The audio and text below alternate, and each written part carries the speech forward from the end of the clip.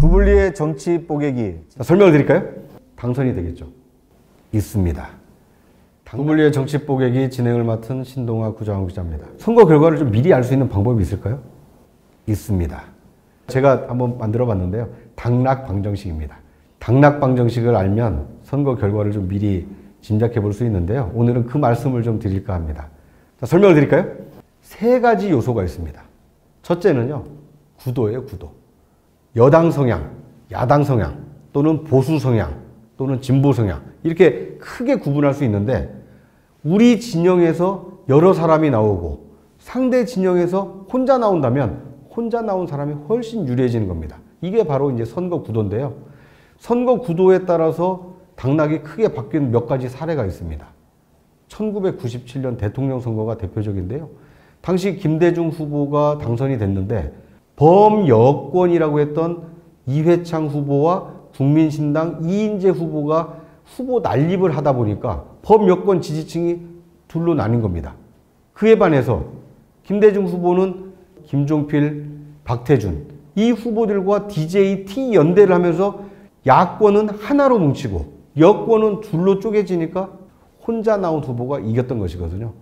2017년 대통령 선거가 그랬습니다. 당시는 박근혜 대통령 탄핵 이후에 급하게 치러진 대선이었는데 정권 교체를 요구하던 더불어민주당에서는 문재인 후보가 혼자 나왔는데 여권, 당시 새누리당에서는 어떻게 됐습니까? 일부가 탈당해서 바른정당을 창당했죠. 야권에서 쪼개지긴 했습니다만 당시 국민의당 안철수 후보도 중도 성향이긴 합니다만 당시에는 범여권으로 분류가 됐거든요.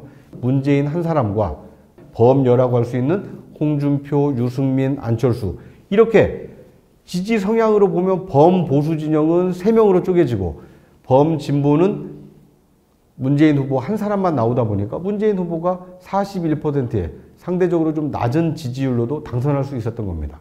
이렇게 당락을 좌우하는 중요한 요소 중에 하나가 선거 구도입니다. 자, 두 번째 요소도 있습니다. 첫 번째가 제가 뭐라고 말씀드렸죠? 구도입니다. 두 번째는 뭘까요? 인물입니다.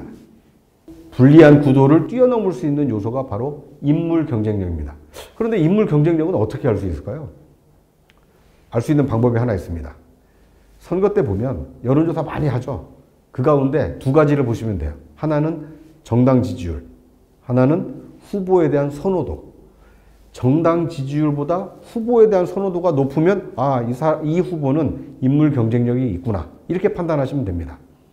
정당 지지율보다 후보에 대한 선호도가 낮으면 정당의 지원을 받아야만 이 후보는 당선할 수 있겠구나. 이렇게 판단하시면 됩니다.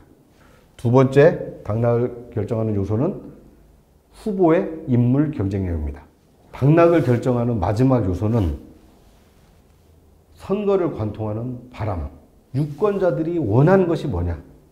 선거가 치러지는 당시에 유권자들이 간절히 원하는 것이 무엇인지 이걸 파악을 해본다면 어느 후보, 어느 정당이 유리하겠구나. 이걸 판단할 수가 있습니다. 구도, 인물, 바람. 이 세 가지 요소를 가지고 앞으로 있을 지방선거 결과를 한번 예측해 보시면 어떨까요? 17개 광역단체장이 구도는 어떤가? 인물 경쟁력은 좀 어떤가? 이번 지방선거는 윤석열 대통령 취임 직후에 치러지는데 많은 국민들은 뭘 원할까? 정권에 힘을 실어주기를 원할까? 아니면 정권의 독주를 막기 위해서 견제 심리가 강할까? 이 세 요소를 감안해 보시면 지방선거 결과를 어렴풋하게나마 짐작하실 수 있을 겁니다. 이번 지방선거 결과를 한번 예측해서 저희 영상에 댓글로 남겨주세요. 실제 결과와 정확하게 일치하신 먼저 맞추신 세 분에게는 여러분이 좋아하는 커피 쿠폰을 제가 사비로 선물로 증정해 드리겠습니다. 여러분께서 미리 말씀을 해주시면 그걸 토대로 다음에는 저도 한번 같이 분석을 해보도록 하겠습니다. 댓글 남겨주시는 거 잊지 마십시오. 많은 기대와 성원 부탁드리겠습니다. 감사합니다.